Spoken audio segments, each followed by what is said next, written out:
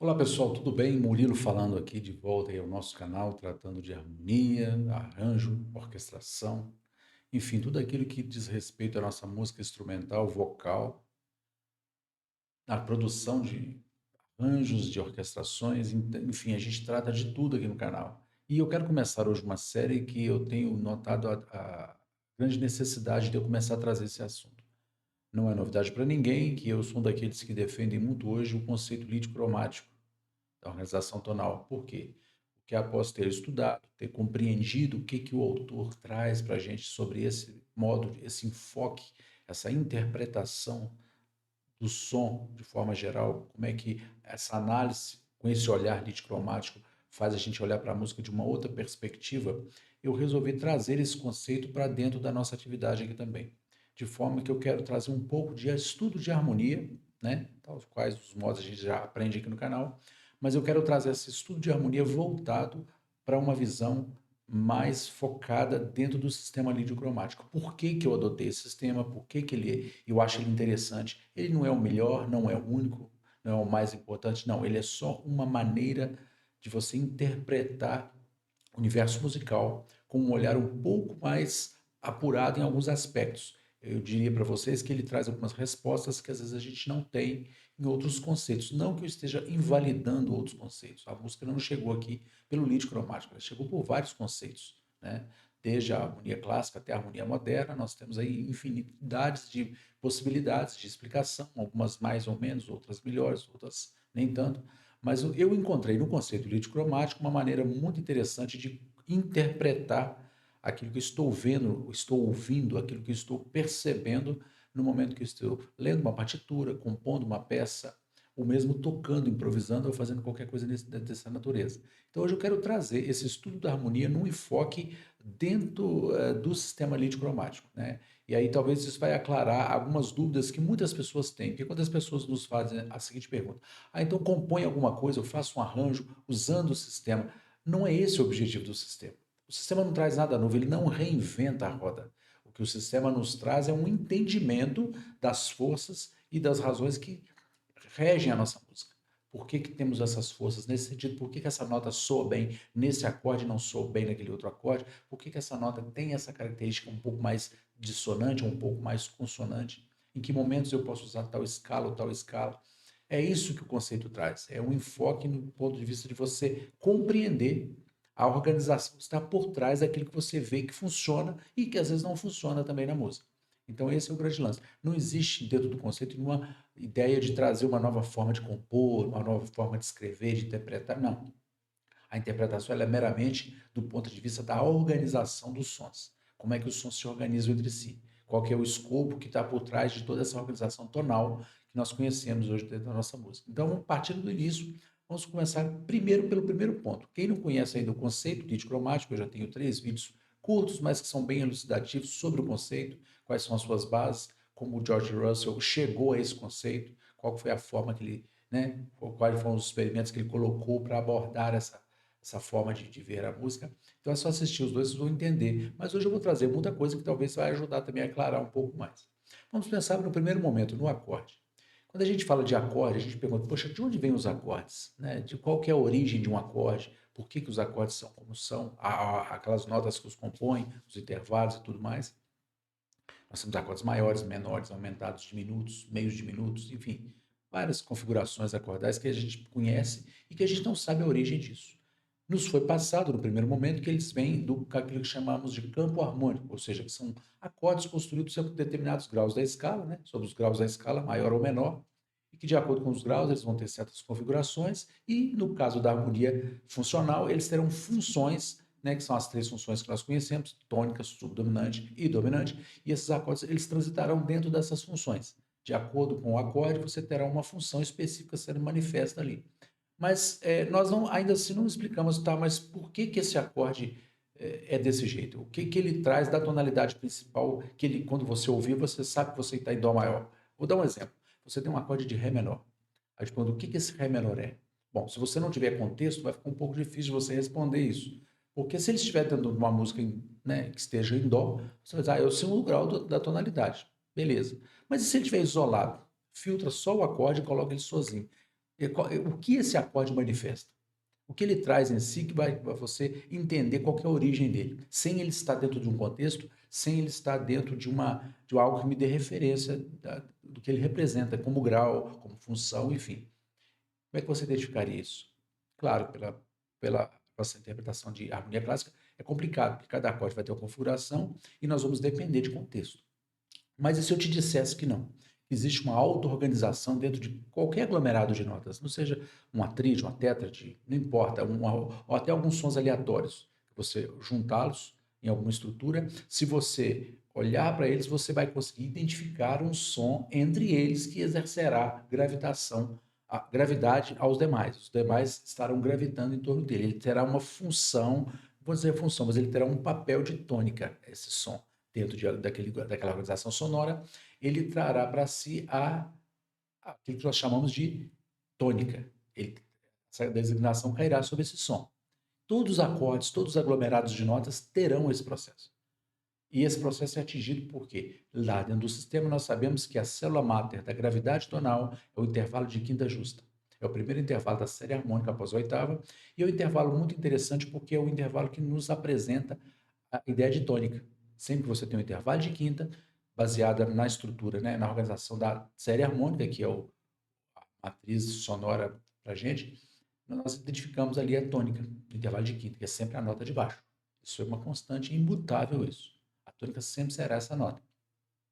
É com base na ressonância que essa nota produz na quinta que está acima dela, tá certo? Então, se eu tenho, por exemplo, dó e sol, eu já deduzo que o dó é a tônica, porque dentro de um intervalo de quinta, o sol é um som gerado pela reverberação, né, pela parcial do dó. Então, isso já dá para a gente um contexto. E nós aprendemos também nas aulas que eu já trouxe sobre o ritmo cromático, que quando você tem empilhamentos de quintas, sempre a quinta mais baixa, a primeira quinta de baixo será tônica e exercerá a função de gravidade sobre as demais.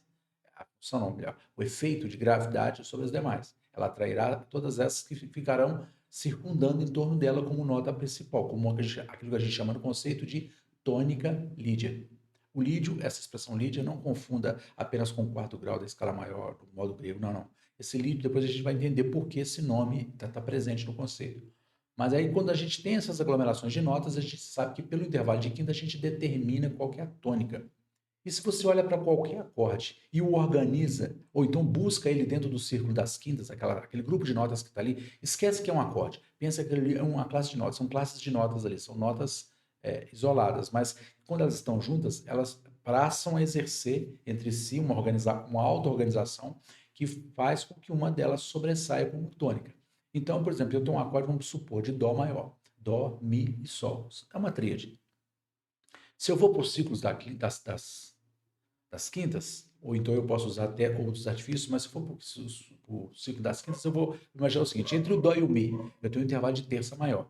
Bom, nesse caso, a tônica é o Dó. A gente sabe que no intervalo de terça maior também, a tônica é a nota que está abaixo. E do Dó ao Sol, também um intervalo de quinta, e eu já falei que é a matriz da nossa série harmônica, a quinta que determina qual que é a tônica recai sobre o Dó. Ou seja, quando eu pego essas três notas e organizo ela dentro do ciclo das quintas, você tem Dó, depois você tem Sol, aí seria o Ré, o Lá e o Mi. Ou seja, o Mi está lá em cima. Então, o Mi não é tônica. A tônica será a nota mais grave, a nota mais baixa nessa organização por quintas. Então, eu teria o Dó como nota primordial e que exercerá essa atração, essa gravidade sobre as demais.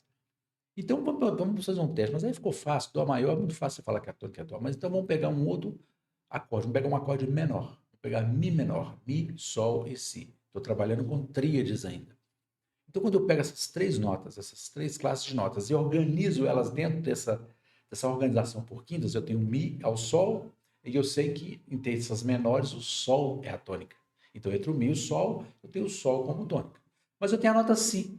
Não, o Si, em relação ao Sol, ele também vai dar ao Sol essa designação de tônica, porque dentro da organização de quinta eu terei Sol, Ré, Lá, o Mi e depois o Si. Olha interessante, eu tenho o Sol, depois eu tenho o Mi, depois é que eu teria o Si. Então o Sol é a tônica dessa organização de três notas. Aí você pensa, mas peraí, eu tenho um acorde de Mi menor, onde a minha tônica ali de é Sol? Exatamente. Essa é a grande sacada.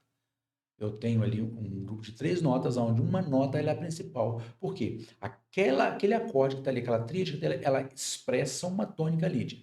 Embora ele seja um acorde auto-organizado, um acorde, uma identidade sonora, ele tem o som de Mi menor, mas ele representa, ele traz em si a expressão de uma tônica lídia principal. E essa tônica é sempre maior, porque a nossa série harmônica, se você pegar os primeiros harmônicos, nós encontramos ali claramente um acorde maior. Então, um acorde, na sua essência, ele é maior.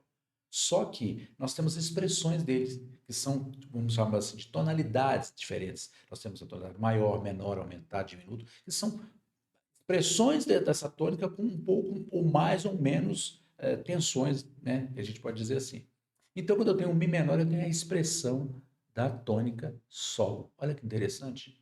Vamos pegar vamos complicar um pouquinho. Vamos pegar um acorde que a gente chama de dominante, né? Um Sol 7. Eu tenho Sol, Si, Ré e Fá natural. Se eu pegar entre o Sol e o Si, a tônica é Sol, porque no intervalo de terça maior também a tônica sempre é a nota de baixo. Então eu tenho Sol e Si, a tônica é Sol. Do Sol ao Ré, não preciso nem dizer, intervalo de quinta, a tônica recai sobre o Sol. Então até aqui eu estou tendo o Sol como tônica. Sol, Ré, Lá, Mi, Si. Tá vendo? O Sol está aqui, o Ré e o Si vai aparecer só lá no alto. Então o Sol ele consta como tônica. Só que eu tenho uma sétima aí, que é um Fá natural.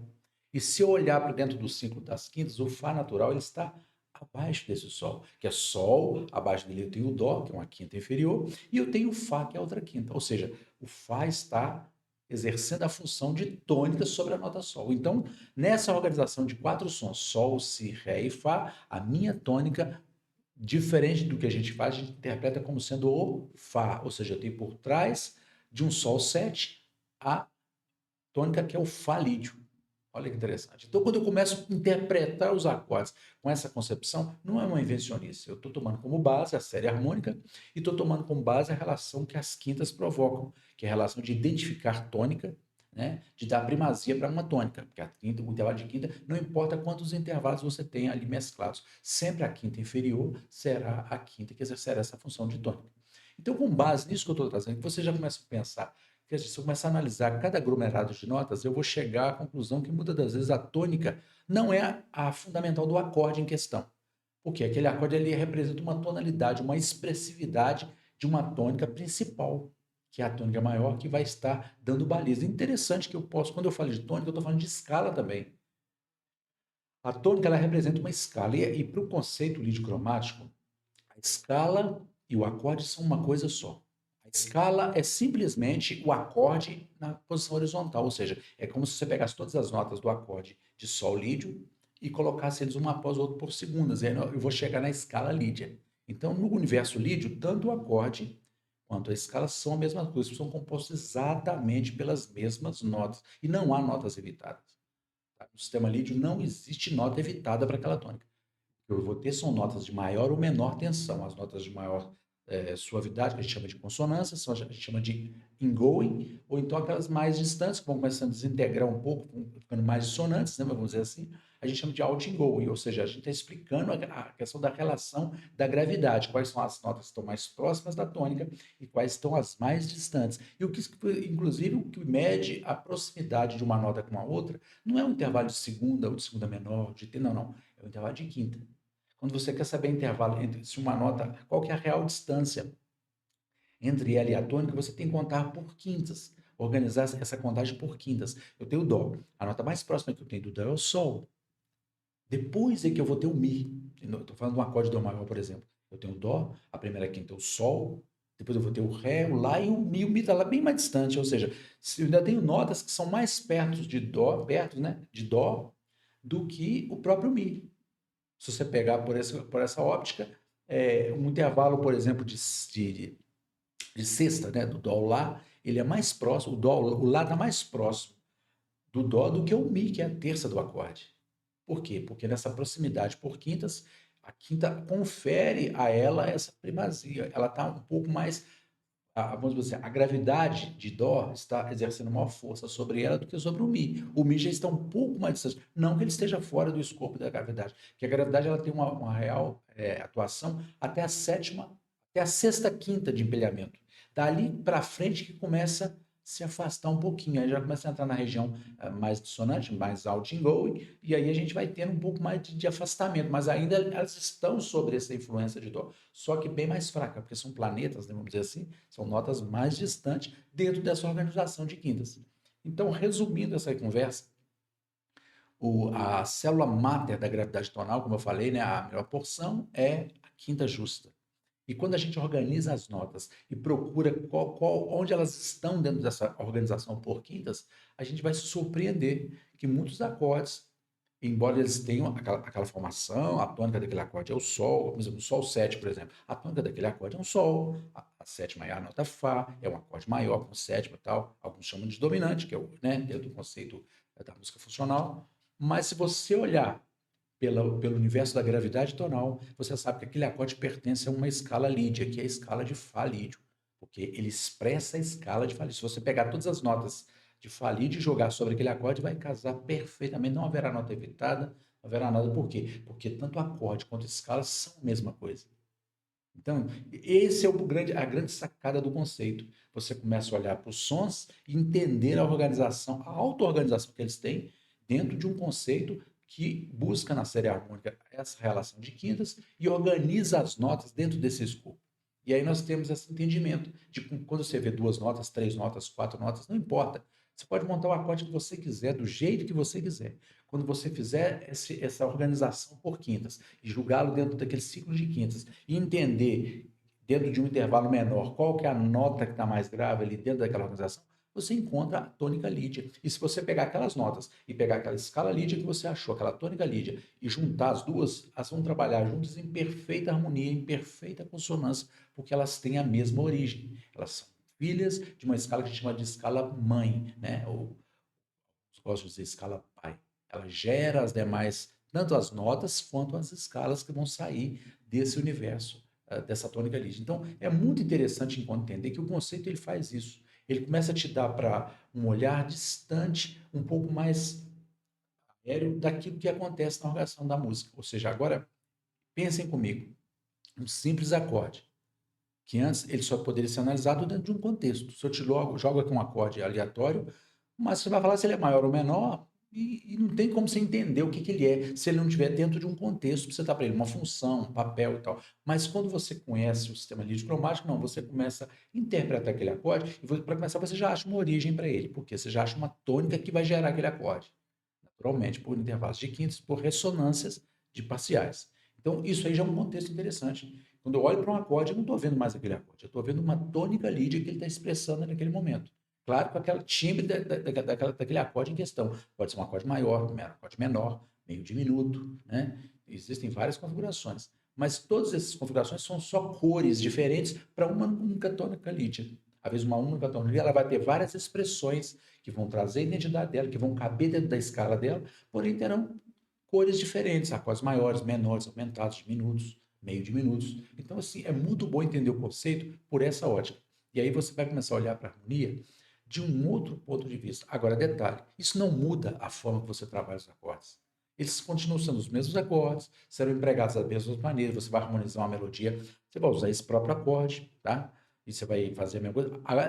Você vai ganhar com o conceito que você vai poder usar fazer enarmonias, assim, usar reharmonizações com muito mais requinte. Você vai ter outras formas de apresentar aquela tônica lídia que aquele acorde representa.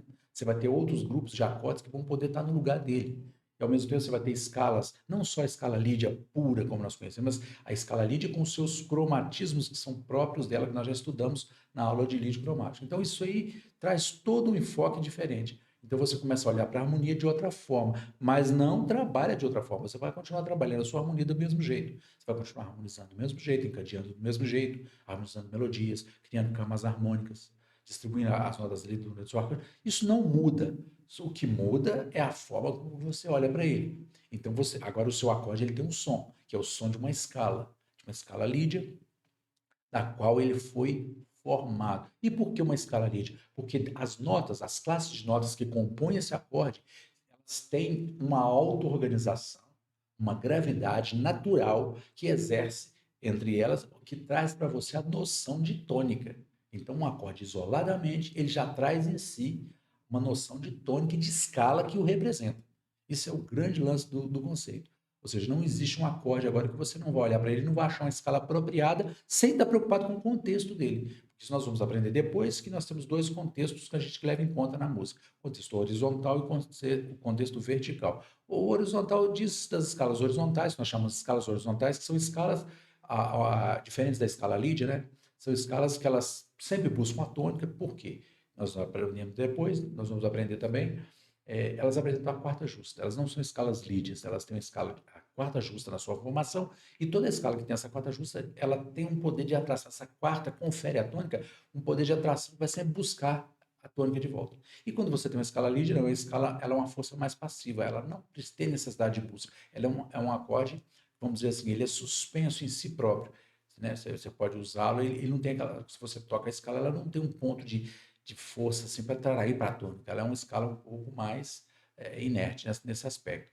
Mas é muito interessante compreender isso, porque aí nós vamos começar a ter mais clareza dos acordes que a gente tem à mão para trabalhar e como é que a gente pode exercer o nosso trabalho sobre eles. Então, eu quero que vocês entendam, tenham a paciência, né? Eu sei que há muita crítica, há muito comentário a respeito, mas é um comentário que ele ainda não tem sentido, porque antes de você poder entender e fazer uma crítica, é interessante que você compreenda qual foi a lógica que o autor usou. E nós não estamos falando de qualquer pessoa, é de um grande teórico americano, que é o George Russell, um cara que influenciou ninguém menos que Miles Davis, Joe Coltrane. Então, quer dizer, não é um cara qualquer, não é um simples desconhecido, não é alguém que estudou, que analisou, assim como o Schoenberg da vida também tem suas contribuições na música, né, que trouxe para a gente o serialismo, o dodecafonismo. Então, são músicos que aparecem com uma visão um pouco fora da caixa e eles trazem para a gente uma interpretação que às vezes a gente no primeiro momento choca porque a gente não gosta de ter abalado as estruturas que a gente já traz em si. Né? A vida a gente constrói muito conhecimento e a gente não quer abandonar esse conhecimento. A gente está seguro ali, a gente prefere continuar. E eu entendo isso, não tenho crítica nenhuma a isso. Eu só estou propondo essa outro olhar para que você possa compreender e possa tentar entender por que esse conceito está caindo nas graças de tanta gente. Eu não estou falando de gente qualquer pessoa, pessoas que são músicos renomados, músicos que têm uma carreira, que têm um trabalho já desenvolvido e que estão aderindo a esse conceito pela praticidade e pela forma leve com que ele nos apresenta mil possibilidades para um acorde sem estar decorando 1 milhão de escalas para aquele acorde. Não, você vai ter uma escala e os seus cromatismos particulares. E aí a grelha já vai te conferir. Aí você vai se pegar na ideia que muitas das vezes aquilo que em outros conceitos a gente tem outros nomes, no conceito lídio muda um pouco o nome, mas não é só questão de mudança de nome. É porque fica mais simples que você parte de uma escala e essa escala vai sendo alterada um grau ou outro e vai dando matizes diferentes que vão gerar escalas que você conhece por outros nomes, mas que não deixa de ser a mesma escala com pequenas alterações cromáticas em algum dos seus graus. Então, eu espero que vocês fiquem comigo, acompanhem esse processo. Eu tenho certeza que ele vai ser muito elucidador. E ainda que você não venha a aderir a esse conceito, mas pelo menos você vai compreender qual que é a lógica que os adeptos desse conceito eles utilizam. Para não ficar numa crítica vazia e uma discussão de internet que eu acho que ninguém ganha com isso, né? A música não ganha, os músicos não ganham. É interessante você ter um debate, mas um debate adulto, onde você espera que o outro apresente as razões e para que você entenda por que ele preferiu aquele conceito. Se você não prefere, tranquilo, continue onde você está, continue estudando harmonia funcional, harmonia tradicional, nada contra. É a harmonia que, como eu disse, trouxe a música até onde nós estamos. Agora, sempre aberto a novos conceitos, sempre aberto a novos pontos de vista que só vai agregar mais valor e mais compreensão. E a gente vai começar a fazer o quê? A refletir mais nas coisas que a gente aprende. A gente vai começar a ter um conhecimento que nos vai dar um senso crítico para aquilo que nós compreendemos. Por que a música é assim? Por que soa assim? Por que é mais sonante, menos sonante? Como é que organiza? O que traz a música para esse patamar que ela está de uma tônica, né? de função? Por que é desse jeito? Então, eu acho que o conceito ele vai agregar muito nesse aspecto. Então, essa é a minha primeira palavra. Grande abraço a todos. Tenham paciência e a gente vai seguir junto esse caminho. E com o passar dos tempos, vocês vão ver que não é nada querendo inventar roda, não é nada querendo trazer um conceito transformador, não. É simplesmente olhar para a música com leveza, com simplicidade, mas não com menos compreensão. Muito pelo contrário. Muitas respostas serão dadas, porque para mim foi assim. Muita coisa que eu não compreendia claramente, com o conceito eu comecei a ter uma visão um pouco mais clara daquilo. e me trouxe respostas que mudaram o meu jeito de escrever, meu jeito de tocar e o meu jeito de interpretar uma partitura. Então, um grande abraço a todos, meu grande abraço a cada um de vocês, agradecimento aí pela atenção, pelo carinho e até o nosso próximo encontro.